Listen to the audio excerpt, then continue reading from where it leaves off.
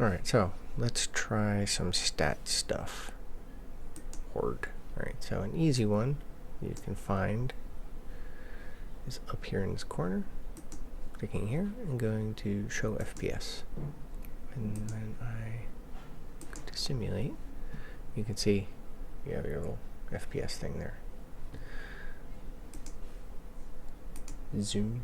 So you can see here the FPS is working. I'm currently at 70, looks like. And that is super, super helpful. Alright, and so that is, go back over here. Let's pull that over again so that you can see where that is. So over here in this little window, show FPS. Right, so that's what you want. And you can also do show stats, which is interesting. If I type in stat unit, right, so stat unit is very, very helpful. So you get all of this now. So now you get the frame time, you get the game time, draw time, GPU, how many draws are going on, how many primitives are in the shot, and move around. You can see things better. So you can see I'm getting, it's jumping between 90 and 100 FPS here, but I mean it's rendering this full screen. So each frame is giving me anywhere from 9 to 11 milliseconds, and the game time is also 9 to 11 milliseconds draw time. So, and this helps out when you're trying to figure out what is going wrong, where your problems, where some of your bottlenecks are. Is it my GPU? Is my draw time? My draw time is super small. You can see the draw time is 0.1 milliseconds. So yeah, I mean it's because of all the simple textures and everything that I have going on. My game time is the one that is causing issues, which is all the blueprints and everything that are going on in there. GPU, of course, is the render. So the GPU is taking the game time, the draw time, and adding them together, and that's where you get that, and that's each frame. So this is super helpful. And you can do something which is, I think it's shift control and comma. Shift control, comma, bink. Yeah, okay. So shift control, comma. I'm going to stop that. All right, so shift control, comma will take a snapshot of whatever's going on at the time. So you can see exactly what's happening in here. This is all my render for that particular frame that I did the snapshot for. Again, so it's shift, control, and comma.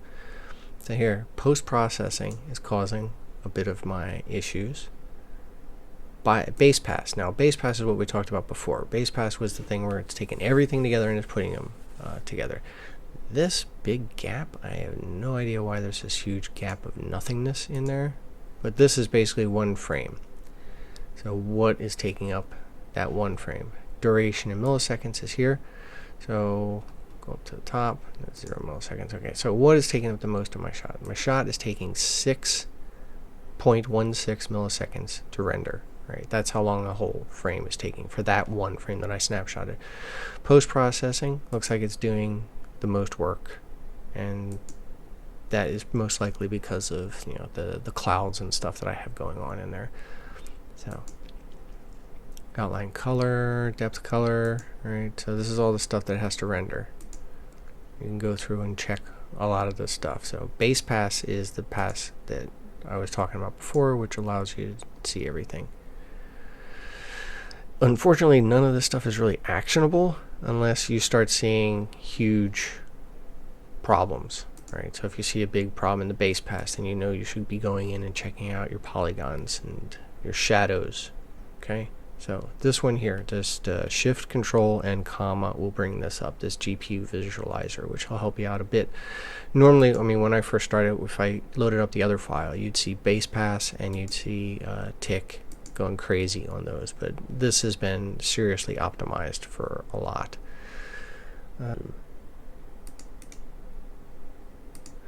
Alright, so dump ticks. This will dump out everything that is ticking inside your project, and you can do this anywhere. I set a lot of these to pop up in the game, and I'll show you that in a second. So yeah, dump ticks, great. And now I just click on return. This fun stuff here. So this is basically going to tell you everything that's ticking on your file at the moment. And right now, I mean, I don't have much because I killed a lot of everything in there. So yeah, so anyway, so here, this is enabled, which is the something or other. So these things are all enabled for tick. And let's see, nav mesh, of course, is going to have to be enabled. Widget component, enabled. So you just go through and you check all of these to see what is enabled and what is skeletal mesh component, of course. All right, it's going to be enabled for tick. Skeletal mesh component, abstract, timeline, that is really something, it's a child actor. Okay, so yeah, the door, is it running on tick? No. So you can see it says disabled, disabled, disabled. Normally what will happen is that everything that is actually running on tick will be in the top area of this printout, and everything on the bottom area will be stuff that is not activated, normally. Is there anything else disabled here that I can see? Oh yeah, so disabled. Disabled, yeah. So everything down here in the bottom is disabled. So it's telling me that none of these things are running on tick, which is good. So like the zombie here, this is a walker. He is just, all right, so yeah, just the base character. Yeah, he's not running on tick. So yeah, dump ticks, very, very useful. There is a way to dump hitches, but I haven't been able to get that to work because it seems like it's for an older version of Unreal. So all the different, there's a couple different dump hitches commands, but the one that shows up here for me is dump hitches all threads, and I haven't gotten that to work.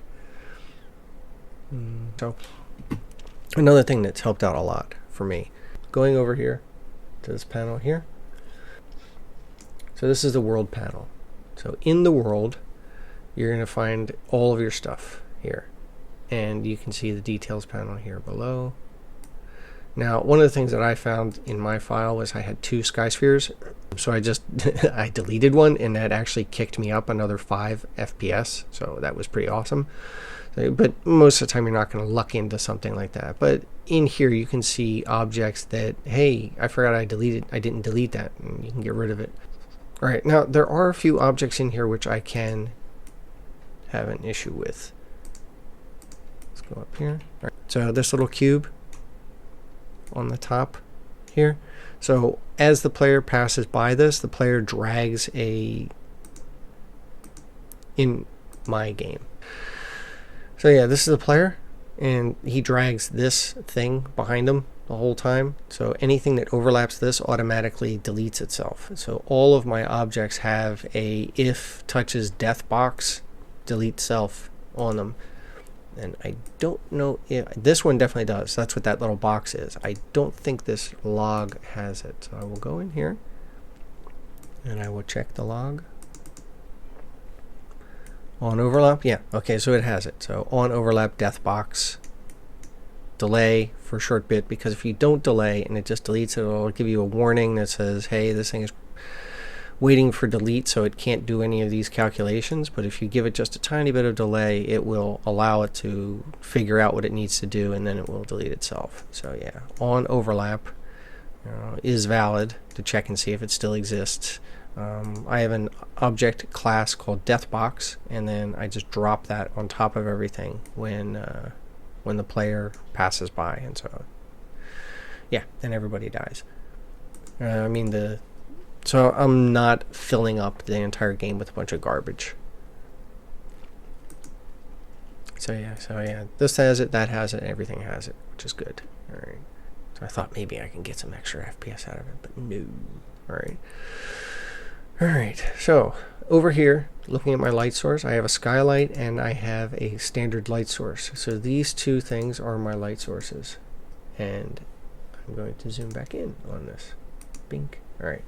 So yeah, skylight and light source, right, are my two things. Now I'm going to go down here to the details panel and scroll down to effects world. Okay, yeah, here we go. This is the thing that you're going to be looking for. Casts shadows. So instead of going through each of your little guys and saying they cast a shadow or not, so let's go back to that log again. All right. So this log Starts without tick. Where's the shadows? Where is that? Ah, here we go. Cast shadow. So you want that turned off on all of your things. So they do not cast shadows. Anything that you have in your file should not be casting shadows. But you can do it globally by this light here. But I mean, this means if you have other lights in your file, that object will still be casting shadows because of those other lights. And I do have other lights inside my cabin. So, which of course gets deleted later on, but of course that means it still needs to think about it. So I'd rather turn it off in the object itself and go through here in the skylight, and this is a global change. So I can go here and I can click no shadows. And here again is, yeah, cast shadows, no. So I have both of these things turned off, so they're just casting lights. So that means none of these trees, nothing is going to be casting shadows in my game. Now, of course, it might look pretty weird in somebody else's game, but for mine, that bumped me up pretty far, so I got a lot out of that. Okay, so this is my player pawn, and this stuff you don't have to worry about, but over here, this is all the stuff that's going on in my VR pawn. Now, I went through and I'm clicking on all of these things, and I go up here in the top right corner, and I zoom. All right, so I go up here into the search details, and I do tick, and you can see start with tick enabled is off, right? And I did this with every single thing in my file. Everything is no tick, no tick, no tick. You want to just get through all of them and say, I don't want any ticking going on, nothing. So, and I hit everything. I mean, I went through and, all right, so right now, currently, anything below this proxy component is not ticking. So this doesn't, this doesn't, this. So none of these things are ticking at all in here. I even went through and any of the components, right? So this component, this VOP talker, is not ticking. Navigation invoker is not ticking. None of this stuff is, and yet it still works fine, right? Because none of these things are doing any operations that are on tick. Event graph, here we go. All right, so I found, this is one of the things you want to do. So I found tick, try to find what was going on with tick. So I'm leaving certain things on, like the ability to grab things and teleport when you're not in a menu. But as soon as the game starts, all that stuff is turned off. So this tick is running all the time, right? And then as soon as it's running, it's calculating the velocity. Of course, it has to do that constantly. But I don't need it checking this, I don't need it checking this, I don't need it checking this while I'm in the game. So all of those functions running on tick have been reduced, and of course that bumps your FPS. The only thing that's really necessary for me is this one here, which is the run forward thing, which is basically, here's move forward, right? So run forward is basically, it just adds movement impulse to the character, so the character constantly moves in a forward direction. And that's it. That's the only thing that I'm really running on tick. And of course it's still going to be a drag on me. I don't want it to be, but it's something that I need to do for now. My log has nothing running on tick. Okay, even the zombies, if I can go, so going through these guys, and I click on, none of these are ticking. So starting from the top, this is even the actor itself. So the actor itself is not ticking. The capsule component is not ticking. Arrow component, the mesh, the head mesh, right? None of these things are ticking. Right? And if I go through to the middle, go to the middle section here. Actor is not ticking, right? So at all. There's nothing going on in tick at all. I don't even think I even have I think I deleted the tick little box in there because I just didn't need it anymore. So yeah, nothing is ticking on this character. And then what I did was when I went into so when you're going down to the controller, again, say start with tick enabled is off. Transform component, this guy has got tick enabled for path following component actions. Alright, so class settings. This is a controller. Alright. Class defaults. Okay, yeah, so in the class defaults under service, under class defaults, up here, right, under service, which is here, I have it at 0.5, so that means it's basically ticking every 0.5 seconds, and there's a random variation in that, so it could be 0.7 or it could be 0.3, so not all the zombies are exactly on the 0.5 mark. So this is going to make sure that I'm not getting hit with 50 zombies all ticking at that particular time and causing a pulse in the game. So there's some variation here, and so each of the zombies will be thinking on this run here like that. And so this is in the updater, which is here. That's one of the things that are controlling the blackboard. So the behavior tree calls to that. So this is the guy it's calling to. And here you can see, here's the interval that I set for this particular thing for it to do what it needs to do. 3.5 seconds. So every 3.5 seconds it's thinking. It has a random deviation of 0.5. So because these walkers don't really need to do much, they just need to sense where the player is and walk in a general direction. They're not aggressive and attacking. They're just kind of meandering around. The other zombies that are more interactive, of course, their tick is a little faster, so they take up a little bit more AI. But since these guys are the majority of them, I wanted to keep them low weight. And that's in the behavior tree. And that was another way to reduce load on the machine. Alright, so audio, it doesn't tick. This doesn't tick. Alright, and okay, also, anything that you have over here, any of these objects, they need to update. So when this character moves, okay, so you take this guy and you say, I'm going to take this here, which is the capsule component, I'm going to drag it somewhere.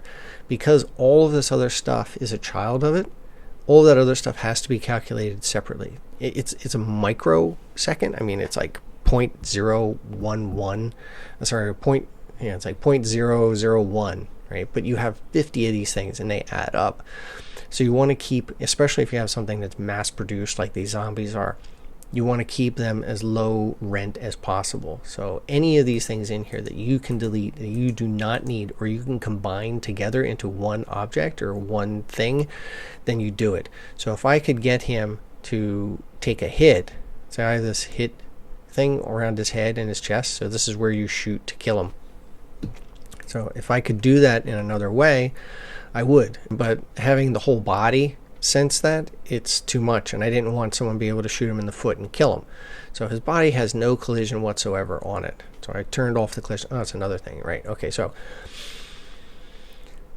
any object in here that you do not want thinking about collisions, right? So if it has to think about even one collision, then it's thinking about collision. And so that, again, is something you can use to get rid of CPU time, right? So here, this guy here is an object. He's a physics body. He's querying on stuff. I don't know why. He needs to be thrown a certain direction. Whenever he gets hit, he hits the ground and bounces around. So he does have a physics component. So he needs to be a physics body. That's why he's set the way he is. But if I could remove anything in there that I could, then I would. And so I already did on this guy. He used to have a hitbox for his hands, and I just got rid of that and made the hitbox the component itself, right? There is another zombie that has a hitbox for hands because his hands stick out so far, but this guy does not, right? So reduce, reduce, reduce, reduce, if all possible. This guy here, he's got two boxes that were needed. Otherwise I wouldn't have them in there. These two boxes here are basically so that other zombies can walk over top of this, because this log proved too high, and so a zombie would bump into it and then get stuck. And the player would also get stuck. So the player can only move up, I think it's like 42, and this thing is like 50 high. So I could either reduce the size of this log or give steps, and so I chose to give steps because there's not that many logs that are running around out there. But yeah, anything that you can reduce, you reduce if possible. Turn off everything that you can. So again, here you can see no tick, collision enabled for this, but is the log colliding? Log is colliding, scene is not, right? Default root is not. All right, so let's get out of there. All right, let's go back into this here. All right, so I am finding the player. So anytime you cast, you're going to cause a hitch. It takes a while to cast to something. So you want to do it at the very beginning if possible, or do it at some time when you're not going to be stressing over stuff. Let's call the zombie back in again here. Bing, bing. All right. So here, when he gets killed, so all of this code here is for when he gets shot. So if he's getting shot, I don't want him to be stressing over other things. So he has to cast to the player before that. So when he gets, no, he's not casting. He actually gets the player's name and the player's location from this target. So this is the cast that happens. So for him to chase after, so I'm actually pumping things back and forth once. So it's not his component is casting and then he is casting. So that's 2 casts. So instead what I did was I had the component cast and then the component cast to find out who the parent is. And of course, so the component knows that the parent is this zombie. So zombie 1, 2, 3, 4, whatever the ID is. And then it also pumps in this ID that it gets from the cast to the player. So it finds the player, and then later on, as soon as it gets close, it pumps that into the player's name. So here, set player name. So once he gets within 1,500 1,500 units of the player, he clicks on this, and then it goes in. And so that's how this is assigned to this player name. So the player name is not casted from here. So again, reduce as much as possible. And of course, I took a lot of stuff out of the player, the player VR player, if I could. These text styles I will probably end up removing at some point. But yeah, remove. Get all the tick out that you can. Oh, talking to Steam. Yeah, all right. So I was having some stuff here where as soon as you made an achievement, it would run through and it would do an event where it was calling up Steam. It's casting to Steam. So Steam is connected. So as it casts to Steam, it was calling up online. It was calling up using my Wi-Fi. And so connecting to the internet is sometimes slow, and so that will cause a hitch. So what I did instead was, as the player dies, at the end, he dumps everything out. So the player, here's the death. So the player dies, and when the player dies, it starts to camera fade. I actually give it, I think it's like 3 seconds or 4 seconds. Here's a time delay of 1.5 seconds. Right?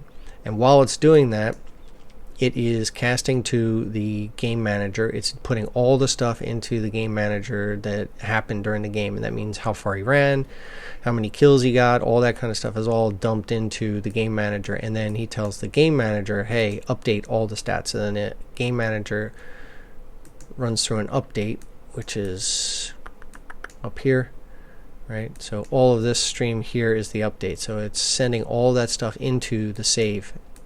And so all of that stuff is permanently saved out. And so when I load up to reload the game, it checks the save. And so all that information is then included in. So I'm not updating on the fly. I'm not sending stuff to Steam while the player is playing, because then that would cause a hitch in the game.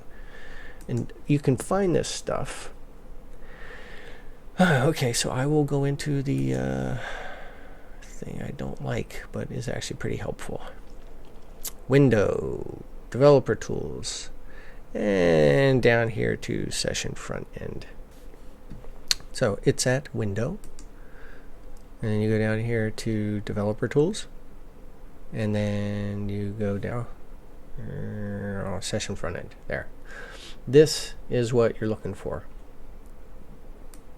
Blink, and it will load up this awful thing. The people who wrote this are just kind of evil. They don't have, I mean, there's just hardly any information about this online, which is really a pain in the ass. Most of the stuff that they go over is like PPT stuff, showing you, oh, this is awesome, this is awesome. They don't go step by step. So what I did was, it's all command line stuff to get a file that you need from here. So when the game starts, this is basically the start of the game. So when mother gets loaded in, she loads in all of the audio choices and everything that are been selected, all the saves and all the information that's needed for producing everything. So that's all up in here. And then there's a call from the cabin, so that when the door opens and the player selects, okay, I want to start playing, it calls this. And this is what gets ran forever. So pumping out tiles. That's it. It's this one path. That's it. It just keeps cycling through. Each tile that gets printed out, if I connect this here like this, then it's now going to say, okay, if it's tile number 1, then you're going to start the file, right? And then the file is going to continue going and doing what it's doing until it's tile number 6. And once it's tile number 6, it's going to stop that file. Okay. All right. So this here is how far can I zoom in? Like, this is as far as I can zoom in, unfortunately. But yeah, so it's execute console command, and it's a start file. And so we have start file and stat stop file. These are the two things that are super important. These are the command lines that you're going to give, and you can put these into your game so that you can get information while the game is actually playing. Some people set it up as a button. I don't really need it as a button to start it and stop it, so I'm just doing it by time. So each tile is printed out, so I get a fair amount of time recorded on mine. So yeah, execute command, start file, stop file. And that is the same as typing it in here. So if I was to do stat start file like that, then it would start recording. And then I would run over and I would have to hit play and wait for the game to load up, and it's recording all during that. And then I would finish playing, I'd have to run back to the desk, I have to exit the game, and then I'd have to go in and type this again, stop file, and that would, it just takes up time, it takes up disk space, and it's just not as useful.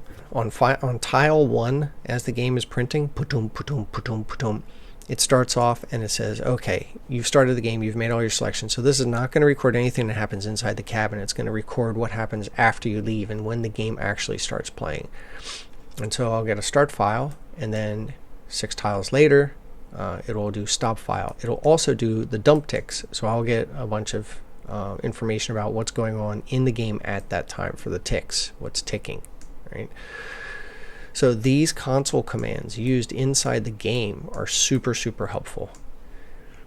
So anyway, after that is dumped out, you will get in here. So I say load, and it will open up a window like this, right? Because it'll automatically give you a file. And normally it will assign it based on the name of the level. So if you have multiple levels, you have multiple folders in here. It'll automatically do all that, which is kind of nice. And so I select the most recent one, and actually let's select an older one. This is 310. All right, so this is a while ago, so I can check on this and see what's going on with this one. All right, so you can see it loads up. Now, if you have a really long file, it's going to be loading up a long time, and this will just get smaller and smaller. You can scrub back and forth here to see. So this is the beginning of your file. This is the end of the file. Right, and you can go back and forth. You can see there's a zoom here showing what's going on in the file. And you can use your scroll wheel to go in and out. I don't know all the controls, unfortunately, but this here just basically says that there's a huge mess going on in my game. And you can see all the stuff that's happening down here. All this red is bad. Certain things are going for 6 milliseconds. It is helpful in some ways. I mean, a lot of this stuff, unfortunately, you're going to just get this crap where it just says stall, sleep. Waiting for event, right? Stall, waiting for event. I mean, this is going to be the bulk of everything that you're going to be seeing over here for your delays and your problems. Those are not actually the problem. Those are what is being caused by the problem. So your thing is waiting forever for what? And so you have to find out what is waiting for. And that is why this is so stressful to use. I don't like using it, but I have to use it because it makes it really almost impossible to find out what is causing the stall, because it never tells you just the self, right? So here you get this garbage here that says what, self, by caller, right? How many milliseconds it is. There might be a programmer out there who understands how to do this stuff, but any normal person is not going to be able to just figure this out right away. Frame time. So you do searches on this, and sometimes you'll get stuff that comes up that's helpful, and sometimes it doesn't. That's how I found out about what a base pass was it said, hey, your base pass is taking up a lot of your tick time. But something like this, task, RAS, thread, NP, you're never going to find anything online for that. Physics X task, evaluation. I mean, a lot of this stuff is not going to be easy to find. Or at least it wasn't for me. Now, another way to use this, which is actually pretty helpful, is up here. You have all this hierarchical stuff here, right? So you go to inclusive. Inclusive helps because it basically lists out everything. So there are no stacks. Like when you look at this hierarchy thing, you have to go down to each of these little windows here, right? And you just chew down to the bottom of that thread to see what is causing things, right? Well, if you do inclusive, you're only getting the bottom end of it. You're not getting the top end, right? So here I can see a lot of my stuff was waiting for event, right? That's the tick time there. Sleep, stalls. Now what you're looking for here is something that's really long, because that is actually a name of something that you can go after. See, like this. So these long names here are telling me exactly what is causing the big problem. So here right now is one of the grasping hands is a component that is causing a problem. So what is the function that's causing that problem? So I can go in and I can see, all right, so it's F tick. So something is ticking there at that point in time. So I went in and I removed all the tick from the grasping hands, and so that got rid of a lot of the problems. Here's, this is the pawn, this is the left grip controller. There's a realistic hand. So yeah, so this hand was causing a lot of problems. So it's a primitive transform, which means, of course, whenever the character moves, all his parts have to move along with him. And so this is what is that character movement tool. There you go. Character tick. So yeah, this character movement stuff again is causing problems. Player controller, my Vive controller, grip controller. All right, my pawn is receiving tick. So yeah, a lot of the stuff that was causing problems in here was the VR character, and so I went in and I removed all the tick that you saw, and that improved a lot of that. So here's something with the walker's move controller. It's using up milliseconds. So it's 0.056 milliseconds, but that adds up to a lot when you have a lot of zombies running around. Let's see. There's a skeletal mesh, which was causing problems back then. Right hand, skeletal mesh, player controller, input access. Alright, so this was when I was using the input access to control things. So I was just spinning on that, trying to figure out what was going on. So now it's not using that anymore. It's actually using a different method. Gun base. What is this one here? Right, so laser beams that are on the hands, I got rid of those. Grip animations, I didn't want that anymore. Update animation, root physics. So a lot of times you'll be able to scroll through this and you'll be able to find something that was, hey, I didn't know that that was moving. I didn't know that was using up a lot of information. But you can actually go through here and just look for blueprint. If you do event and name, and I go up here to B, there you go, blueprint time. So you got blueprint time, blueprint latent actions, blueprint post evaluation. So you have a lot of stuff in here that can help you out. And there's a grasping animation. It's taking up 60% of the time. Right hand, character mesh with the zombies is taking up some time. Animation here. Right, tick. Right, player receiving tick. 37% of the time was my pawn character receiving tick. Input access events. All of this stuff here I removed. So you won't find that anymore in the newer versions. But yeah, this was helpful in finding a lot of stuff. So here's horde, grasping hand. So all of these finger knuckles were ticking at one point. So I got rid of all of that. And see, it's just 0.002. But that's over a lot of different fingers. So each joint is doing 0.002. So that adds up. And so I remove. Collision colliders, got rid of them all. So anyway, yeah, you can go through and you can check all of this stuff, and it's super helpful when you get something that is actionable. Let's load in something a little bit more recent. So since everything is reduced down so far in my file now, I have this pulse that's happening. And I figured out that this pulse is the movement of my character. So whenever my character moves, everything attached to the character has to move with them. And so that's what this pulse is. So every frame, it's moving everything. So it says the player body moves, and so the hands have to move, the knuckles have to move, the collision boxes have to move, the weapon has to move, all that stuff. So that's what this pulse is. So I found that out, and so there's nothing really I can do at that point. I can't reduce anymore, but you can see between the pulses it's pretty low. Frame time. So I mean, it looks like a huge mess down here, all this stuff, trying to figure out what is causing it. It always ends up going to self or to wait or to stall or something like that, but you can get around that with inclusive. Inclusive really does help a lot. I mean, that just tells you everything that's going on, and you can see how many calls something is getting, which is also really helpful. So look, this is getting 1,000 calls. Self, right? And that's all the stalling going on. Ugh. Right? There's nothing I can really do about that. Component calc bounds. So yeah, this again has to do with my character moving around. So 19% of those calc bounds is this. I guess that's finding where the character can move and what they can bump into. 155 to update component to world, and that's that pulse, bum bum bum bum bum bum bum, moving all those little transforms. And you can see there's 155 calls, and that's on just the one frame.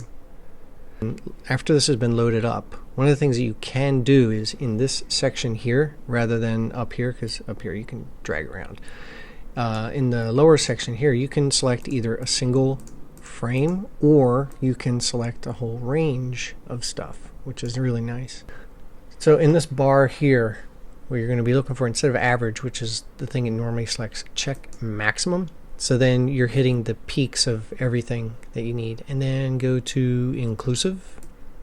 It's going to list off everything instead of doing it in the hierarchy way. It's just everything's going to be named here on the side. So now what we can do is, instead of doing it by increment time the way we were before, right, do it by name, and then you can go in and you can actually look for certain things, like let's say a function. So I'm going to scroll down, function, here we go. You can scroll down and you get to function, and now this is going to list off all the functions that are running during this time. And so you can get an idea of how many times they were called. Like this one was called twice, this one was called 5 times. This is once, twice, 5 times, 3 times, 4 times, right? So you can look and see how many times they were called, how much time it took to run that function, and you can see the function names here. So you can actually go in and you can check out what functions inside your blueprints are weighing you down. So this one here, it's called twice, and it's taking up 0.3. Get that one for now. Right, so here's one from Mother. And Mother is doing an execute. What is she doing? She's doing new tile. Finish spawning actor, which would be the tile. And it spawned a cliff tile. So all that information is right here. So now we know that it's spawning tiles is taking up 3.6 milliseconds during that time. So we can actually go in and look for, actually, can I select it here? There we go. So that's this function here. And it's running through all of this stuff, and that's what's causing that problem. All right, so what in here could be causing all of that? That's what you basically have to do, is just go in and see what is happening in here that would be the problem. System front end. All right, so you would find something there. That's the, oh, and right underneath, of course, it is the new tile. So it's telling you what is causing that. So yeah, so the function thing here is great. Okay, so here's fire bullet.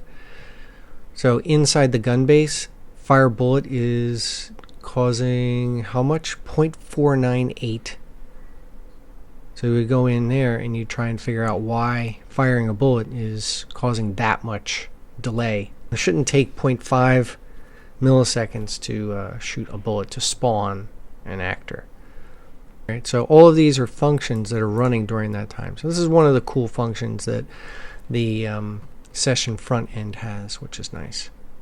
Receive tick, simple. So a lot of times what you can do is you can scroll down here and you can check out these functions, and then you go over there and you look in the functions, and then you can rework them.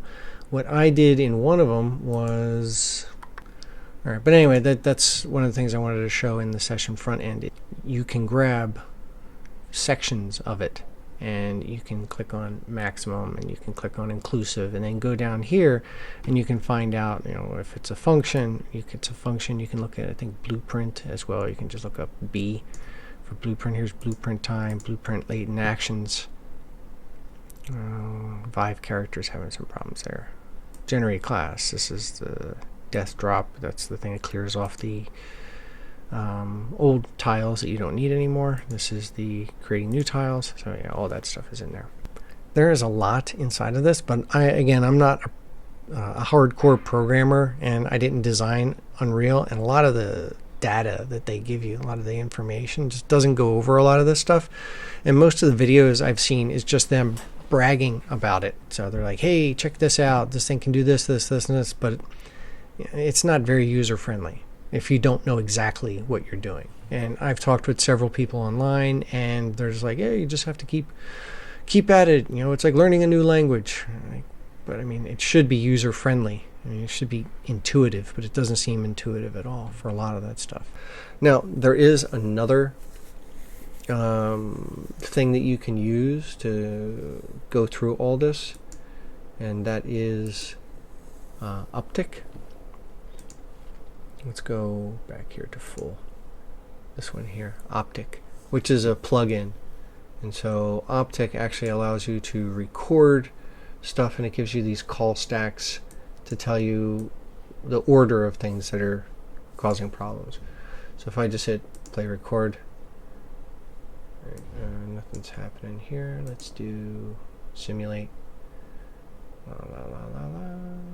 Okay. I recorded enough, and I hit stop.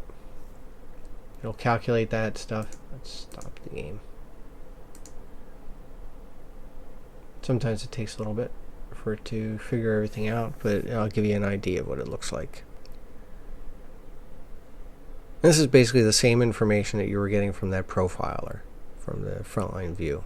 This is more of a visual idea of what's going on in the game. You can see how many processors you were using at this time. So this goes higher, that means you're using more cores. And so here are no cores. So here I'm using 3, here I'm using 16 cores in my CPU, right?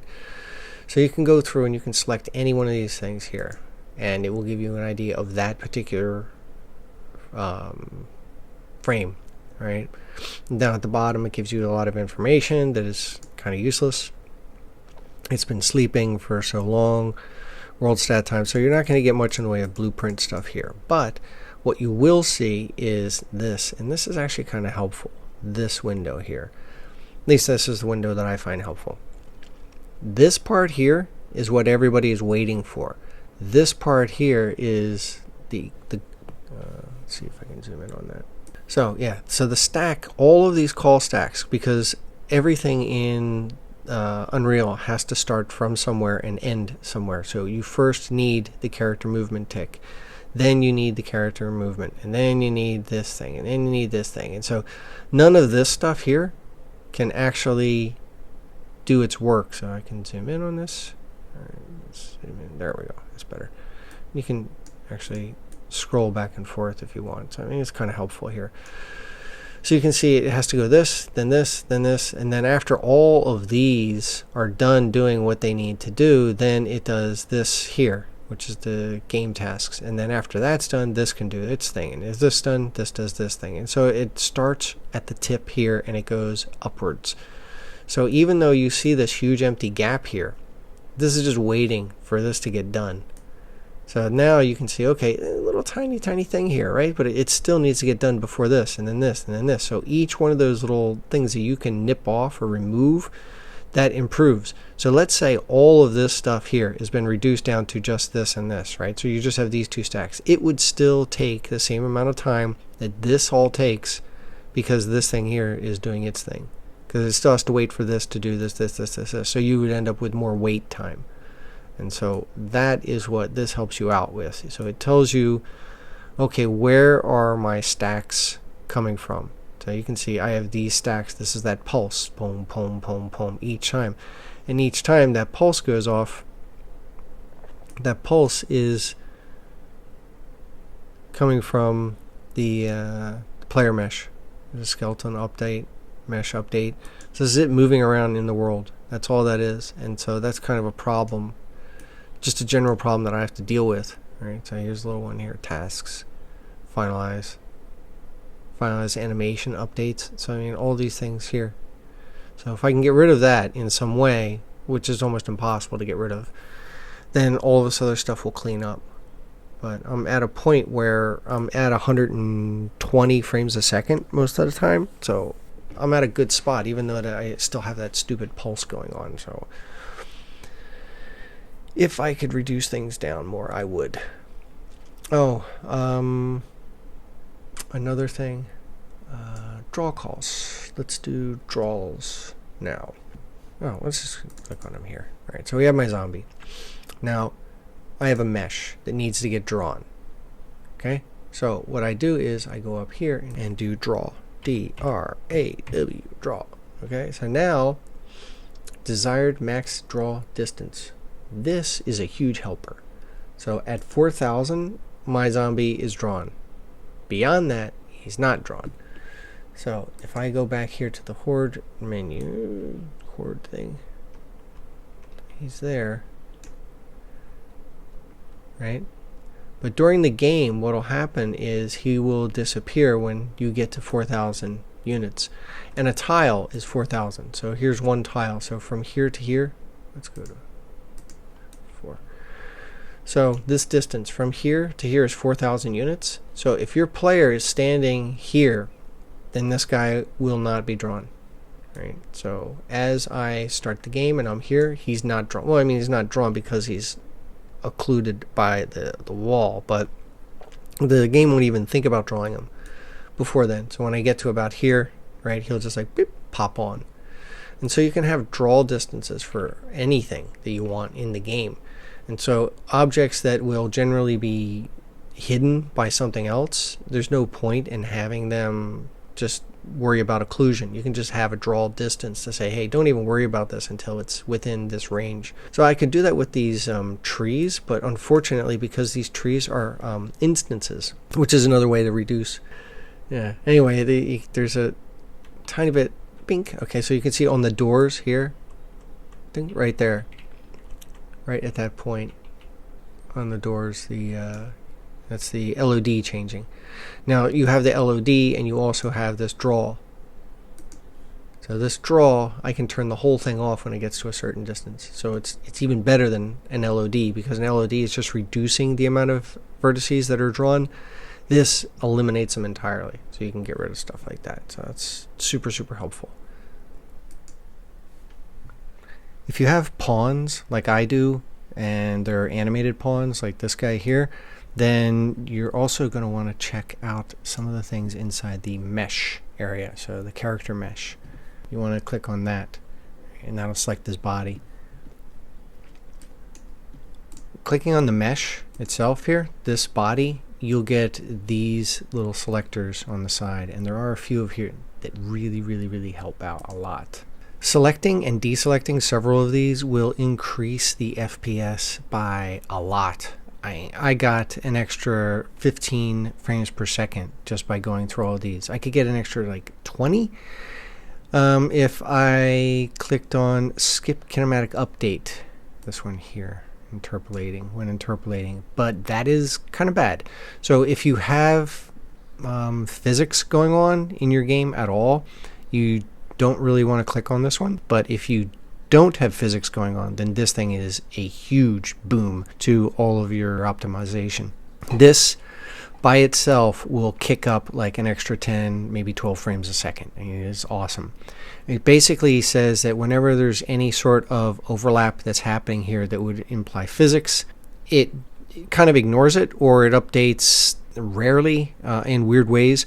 So for my guys, you can hit them with a sword and they react to it. So this guy here would fly off to the side, whichever side you hit him in. If you hit him from the head, he flies down. You hit him with a bullet in the chest, he flies back. So all of that stuff stops working, and instead he just kind of flies straight up into the air.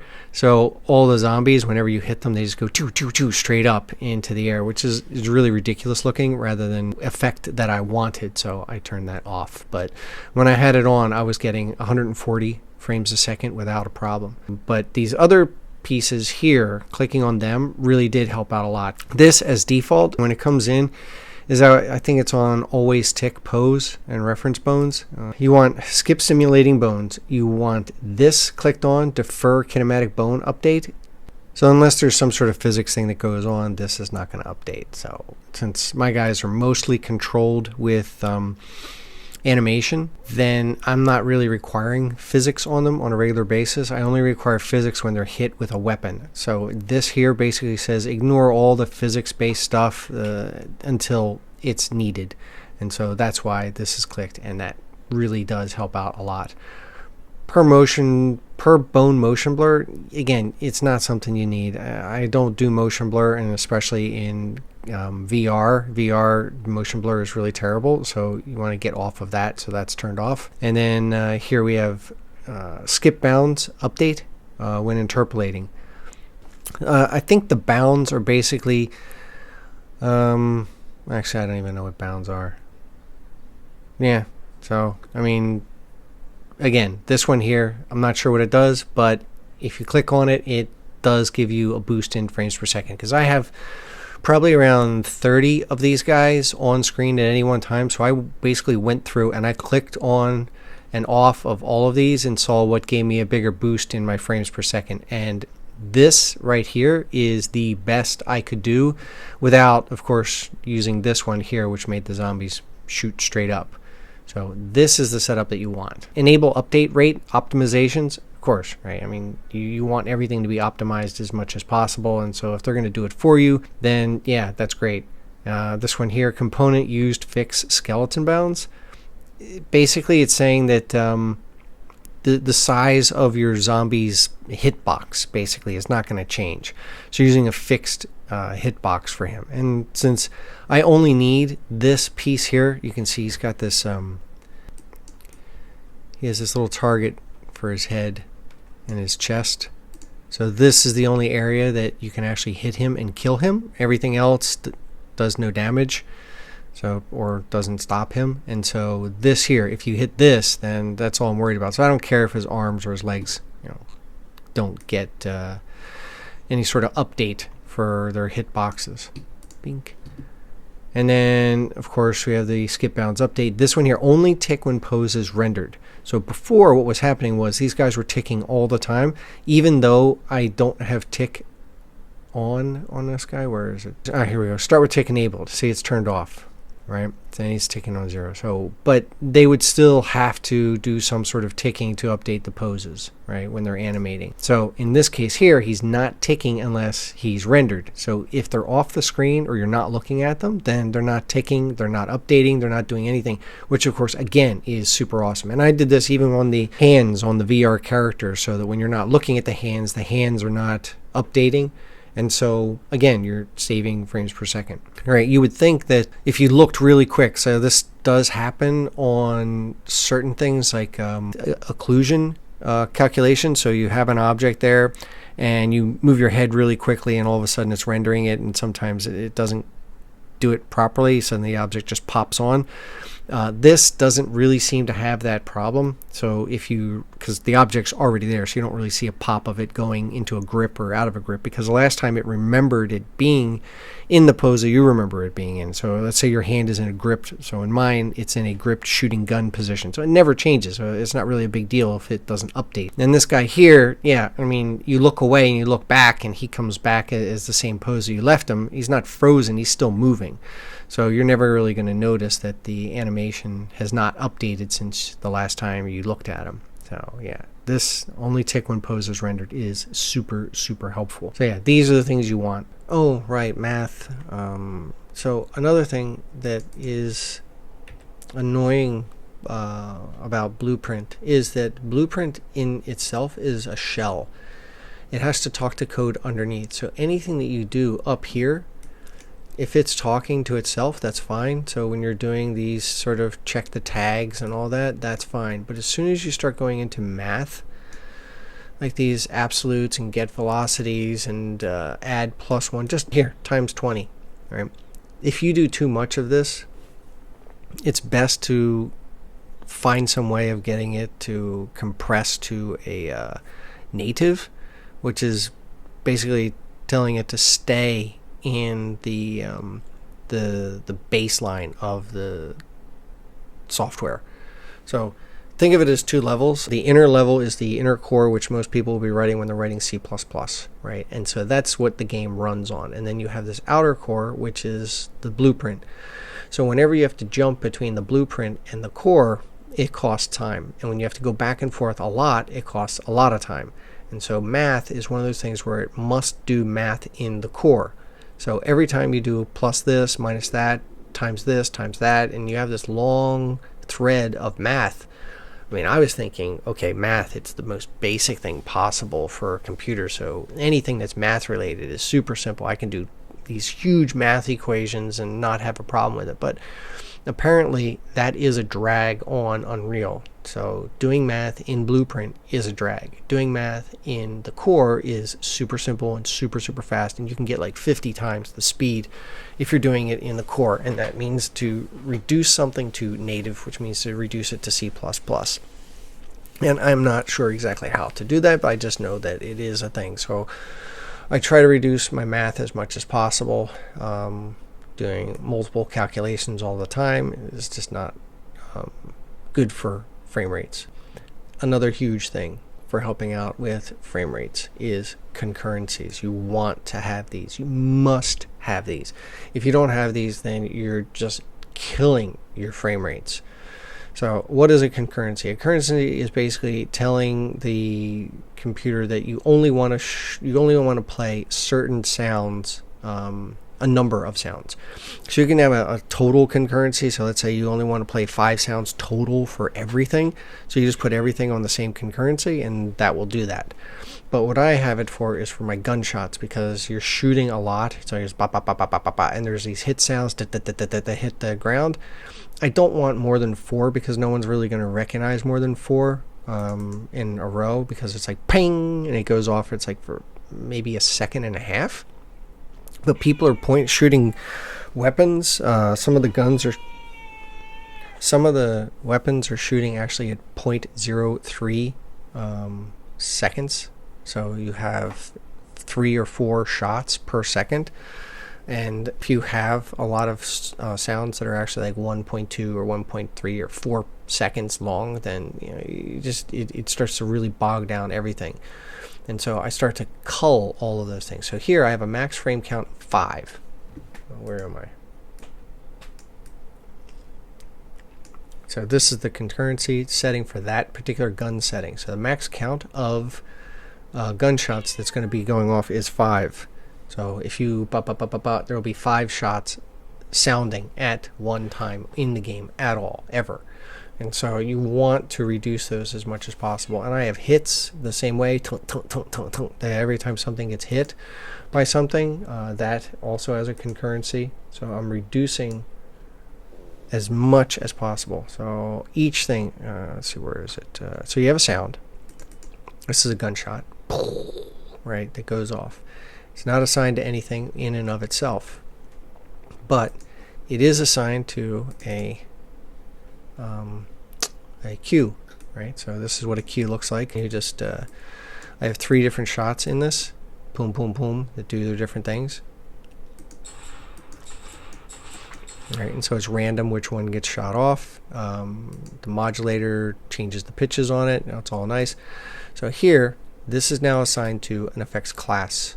Right, so this is actually the effects class. There are multiple classes that I have in my game, and there are plenty of sound tutorials to work on with that.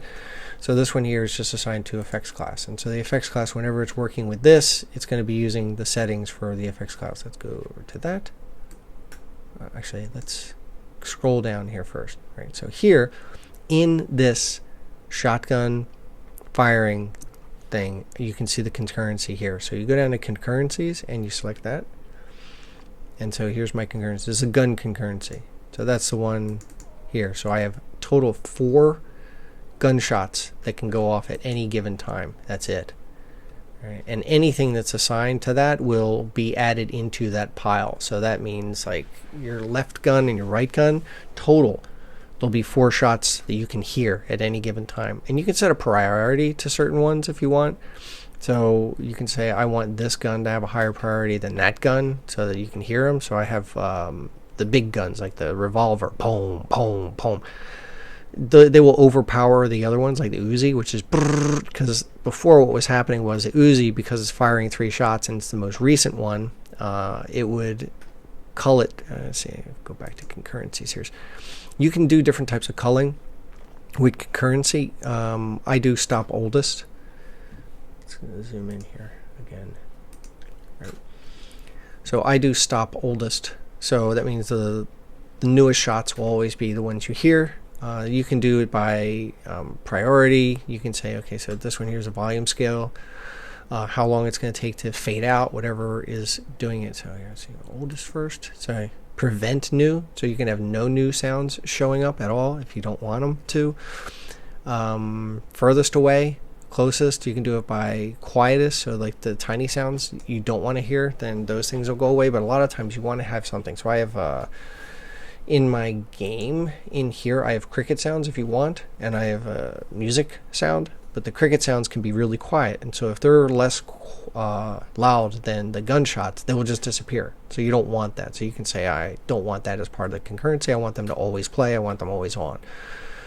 And so that is another thing to reduce the amount of load that you're going to have on stuff. Everything is reduced. Everything is reduced. So yeah, that's a lot of stuff. Always check to make sure that all of that is working properly. And let's see if I can unit here. Alright, so if I go in here now, optimize modes, and I do shader complexity, you can see that this is the new level. Everything's bright green. Right? Beautiful bright green. Nothing in here is, even when I go inside the cabin, zunk, right? Cabin is still bright green. And unlit. Alright, so that's this. So all those pictures, everything has been worked on. Go back to that. Shader complexity. Just a blotch of green. Super beautiful. You can see nothing. Okay, and quad overview. So this is another one. You want to make sure that this is going to tell you what your LODs are. So if something is changing, so here you can see it has a little bit of green in it. That means that is producing a little bit too many vertices for the distance that it's at. That there, which is red, which I can't remove, of course, is producing way too many at that distance. But the closer I get, you'll see it turns blue, or at least it should. Yeah, so here at this distance it turns blue. But I can actually reduce the vertices there, do a lower LOD on that, and it would still look nice at this distance. So blue is good, right? So and so this one here is blue, right? But then as soon as I get to the distance where I'm actually going to be, suddenly it turns red, because it's too many vertices for the distance that I'm at, and that is what that is looking for, right? And so if I go outside, bing, you can see everything out here is the same.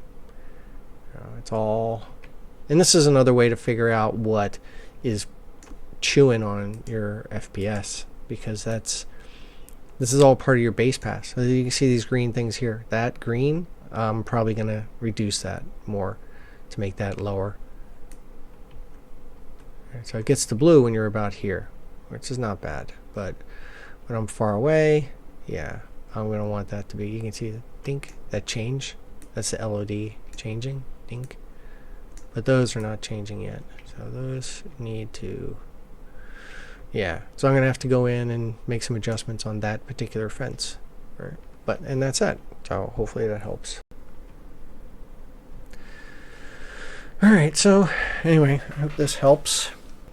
As a disclaimer, I am not a super high-level programmer. I am just a dude who's learning Unreal. And these are the methods that I found to increase my frames per second, reduce the draw calls, reduce the load on the system.